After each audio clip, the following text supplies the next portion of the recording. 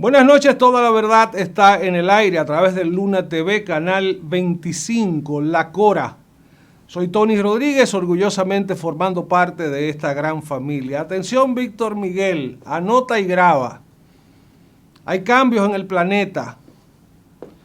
Hay muchas buenas nuevas, amén de que la paz sigue siendo un factor clave para que tanto el mundo como la especie humana puedan conservar su estatus.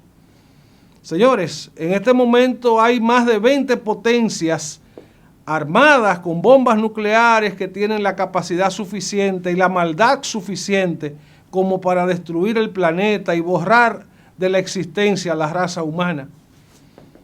Pero el factor paz, el que hemos aprovechado desde 1948, cuando terminó la Segunda Guerra Mundial, que lo hemos sabido aprovechar por un lado, pero el mundo es bipolar. El mundo es mentalmente bipolar. El liderazgo mundial es mentalmente bipolar. Unos quieren la guerra, otros quieren el progreso, la paz y la larga vida y el bienestar para los humanos. Por ejemplo, la comunidad china, la comunidad científica china, asegura que el humano que va a vivir 1000 años ya nació, ya está vivo. O sea, el tema de la longevidad, el tema de la esperanza de vida ha ido mejorando a tal extremo de que casi todos los países tienen mejoras en la calidad de vida, en el desarrollo humano y en el aspecto de la esperanza de vida. Ya un japonés vive 85 años como edad promedio. Y eso es más que suficiente para algunos. Pero los chinos entienden que si usted no se enferma, que si usted no es víctima del estrés, hay muchas razones para que la ciencia pueda impulsar mayor longevidad. Pero los rusos dicen que tienen la vacuna contra el cáncer. Hay más de 4000 tipos de cáncer, la mayoría fulminantes al ser humano. Y entonces, si tenemos la esperanza de vivir hasta 1000 años, según los científicos chinos, y si tenemos la vacuna contra el cáncer, ¿qué nos falta? Nos falta detener la actitud hacia la destrucción y la guerra. Nos falta parar el asomo de guerra que promueve Estados Unidos hacia Venezuela, el afán de guerra que promueve Rusia hacia Ucrania, el afán de guerra que promueve Israel hacia Palestina, hacia el Líbano, hacia Irán y otros conflictos más, el caso de India y Pakistán, y más conflictos que amenazan la integridad del planeta. De modo que si a la comunidad científica se le da riendas sueltas para que pueda, por ejemplo, detener enfermedades como el Parkinson, como el Alzheimer, que lo está trabajando ya Neuralink, la compañía esta de Elon Musk, y hay más inversionistas, más emprendedores, más cientistas que están apostando a resolver el problema de las enfermedades letales, y el cáncer es una de ellas. El VIH es una de ellas. El tema de la diabetes es una de estas enfermedades letales y que desgastan la vida, la integridad del ser humano. Entonces, por un lado, vamos avanzando hacia la destrucción, hacia la guerra, y por otro lado, vamos avanzando hacia el bienestar, hacia el desarrollo humano, hacia erradicar enfermedades, hacia resolver temas como el estrés. Es más, hacia detener el agotamiento por trabajo que normalmente provoca el agotar una jornada de 8 horas laborales. Si el robot trabaja por mí, entonces ¿a qué yo voy a dedicar mi tiempo? Probablemente a hacer turismo, probablemente a intercambiar emociones con la naturaleza. Yo quiero conversar con el árbol, quiero conversar con las flores, yo quiero conversar con las aves, quiero ir al mar, al lago, a pescar o a admirar el firmamento. Son puros deseos, pero puros deseos que se pueden compensar, se pueden cristalizar siempre que el ser humano logre resolver el problema ocupacional de tener que ser esclavo del trabajo y de un salario.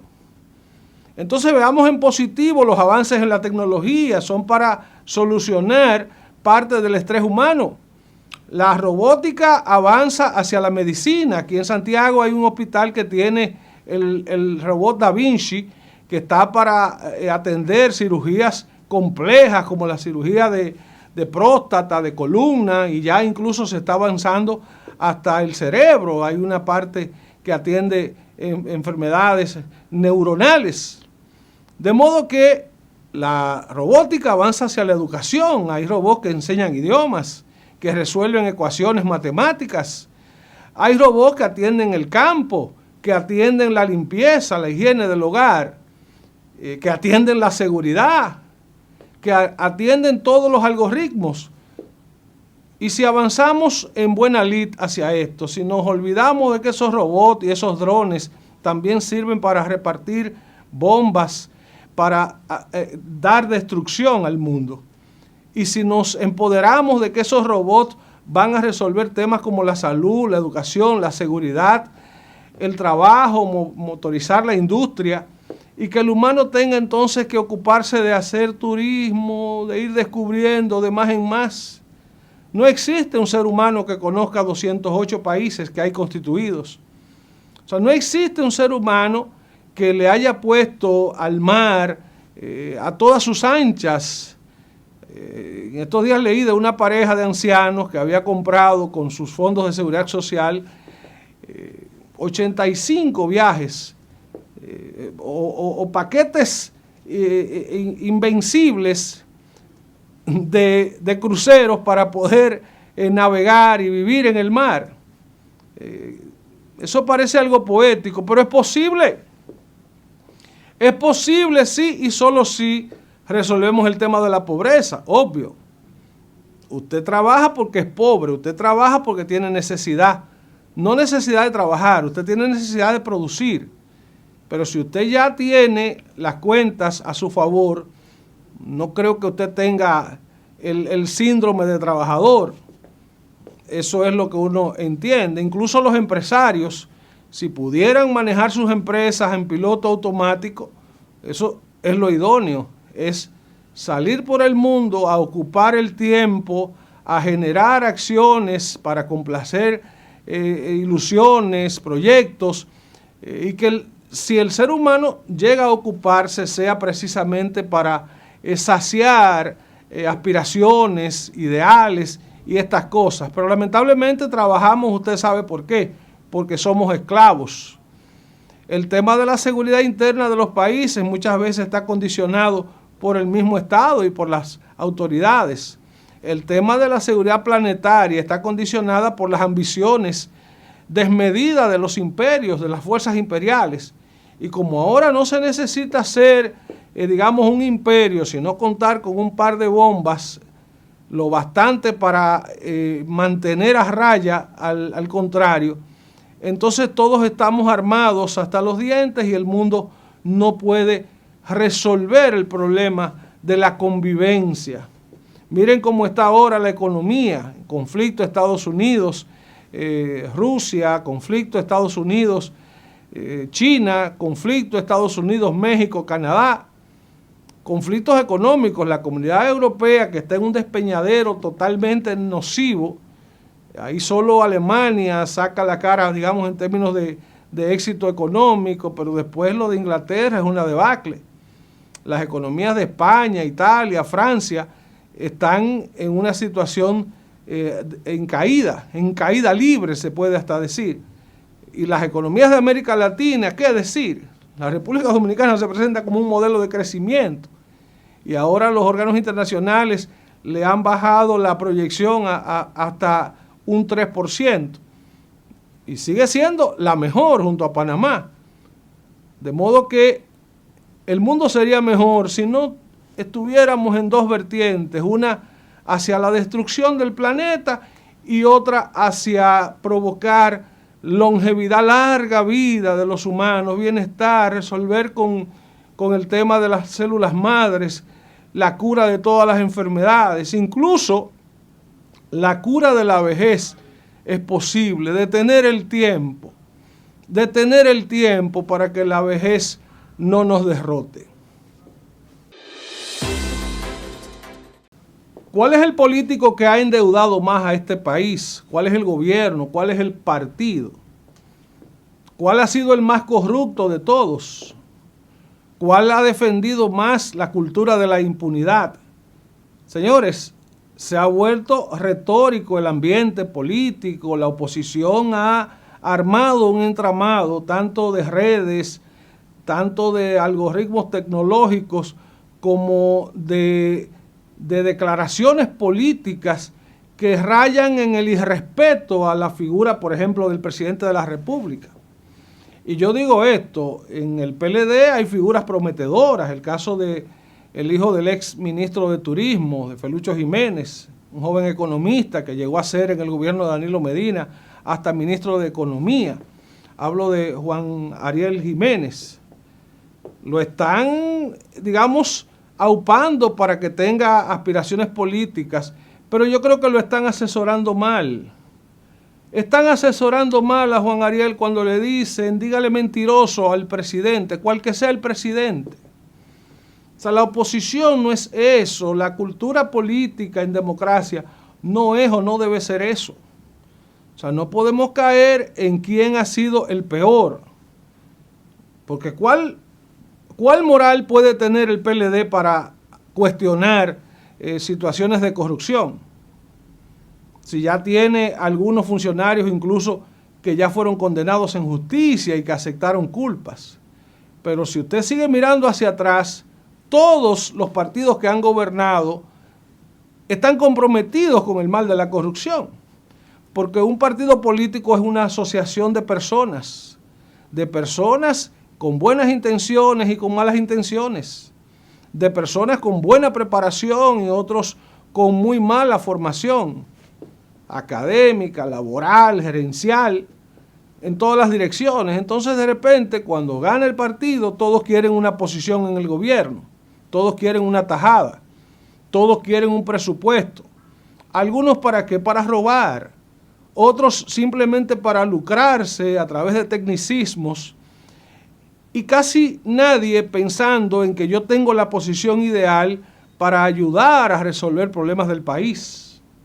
O sea, ¿quién ha apostado aquí a resolver el problema energético? ¿Quién ha apostado aquí de manera convencional a resolver el problema del agua potable? ¿Quién ha apostado aquí a detener el problema de la contaminación y extinción de los ríos, de los sistemas de agua? ¿Quién ha apostado aquí a resolver el problema de la inseguridad? Ni siquiera la percepción de inseguridad se ha estado trabajando. Ahora, lo que sí se sabe es que este es un país rico, pobremente administrado. ¿Quién dijo eso? ¿Un sabio? No, alguien que reconoció la debilidad en sí mismo. O sea, hay muchos recursos, un país con oro, un país con fuentes energéticas, un país con agua, un país con amplios espacios para la agricultura, un país que cuenta con una ley de ordenamiento territorial que manda la Constitución. ¿Y dónde está ese ordenamiento? ¿Cuál es la zona turística de la República Dominicana? ¿Cuál es la zona minera? ¿Cuál es la zona de producción agrícola? ¿Cuál es la zona de conservación ambiental, de bosques, de ríos? ¿Cuál es la zona de desarrollo inmobiliario? No, aquí todo se junta.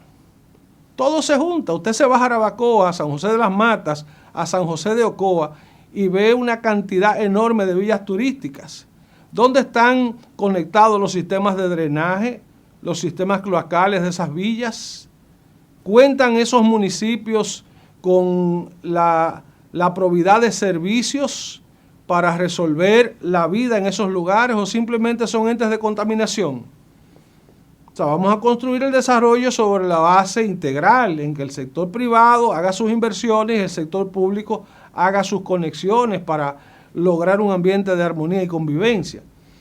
Entonces no estamos construyendo el desarrollo sostenible y sí estamos cultivando el debate de quién ha endeudado más el país, porque ahora resulta que Juan Ariel no fue un ministro de Economía para el PLD. No, él fue un ministro de Economía en Suiza y allá los números azules cristalizan su gestión. No, por Dios, Juan Ariel. En el PLD se cometieron graves problemas de corrupción y se acometieron muchos préstamos para simplemente derrochar el dinero. Y sí, Juan Ariel, desde el PLD, desde los tiempos de Leonel Fernández, aquí se está cultivando un capítulo dentro del presupuesto general del Estado que es destinar un 28% del presupuesto para el pago de deuda.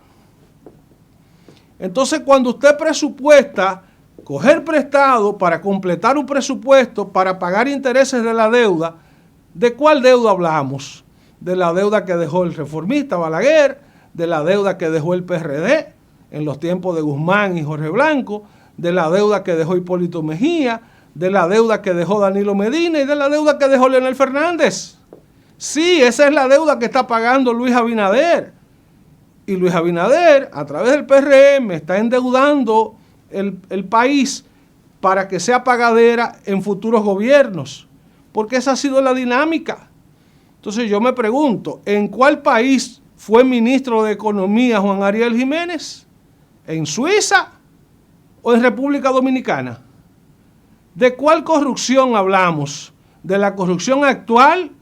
Que sí, hay impunidad, la justicia no ha avanzado con propiedad para eliminar la racha de la corrupción y se mantiene el mito de la impunidad presente. Sí, pero también había impunidad en el pasado y esa impunidad no la trabajaron, no la pudieron detener los gobiernos del PLD con Danilo Medina, con Leonel Fernández. Esa impunidad no la trabajó Balaguer. Es todo lo contrario. Se dijo en los primeros 12 años de Balaguer, 1.000 nuevos millonarios. Pero en los 8 años del PRD, en la década de los 80, también se hicieron 1.000 millonarios. Pero en los 4 años de Leonel, los PLDistas que llegaron en chancletas y salieron millonarios, en la cuenta pasan de 1.000. Y después en los años de Hipólito Mejía, un grupo engordó el buche. Y después en los 8 años más de Leonel Fernández, más millonarios. ¿Más millonarios a cuenta de qué? Del Estado. ¿Más millonarios a cuenta de qué? De la corrupción. ¿Más millonarios a cuenta de qué? De la impunidad. Entonces un debate estéril donde lamentablemente figuras brillantes y probablemente con buenas intenciones están echando el agua en un balde que está simplemente vacío.